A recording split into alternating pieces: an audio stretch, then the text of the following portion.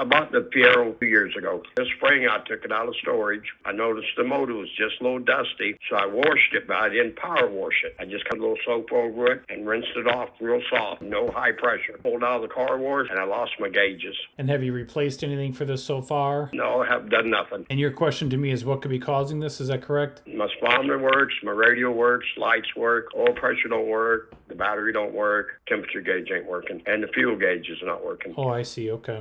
So this is a 1986. Holy cow. So we could have one of two or three things is going on. We could have insufficient power and or ground to the instrument cluster.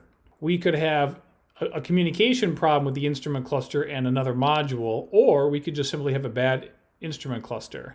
So if the fuses are good, as a technician, the first thing I would do, I would check, make sure it's got full power and ground going to the instrument cluster. And check the grounds on it. Yes, sir.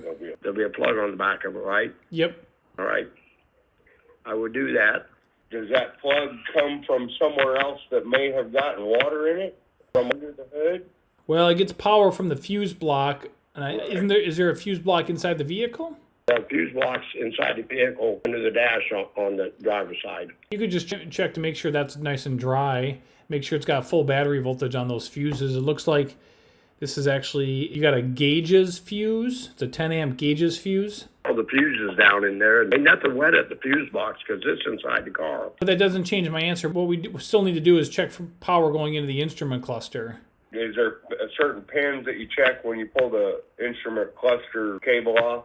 There's a pink wire with a black stripe that comes from your gauges fuse. Should have battery voltage with the key in the run position. Gotcha. I will check that out tomorrow, and I'll get back with you, and I appreciate your help. All right, that sounds good. You're welcome. Good luck. All right, take care. Good night.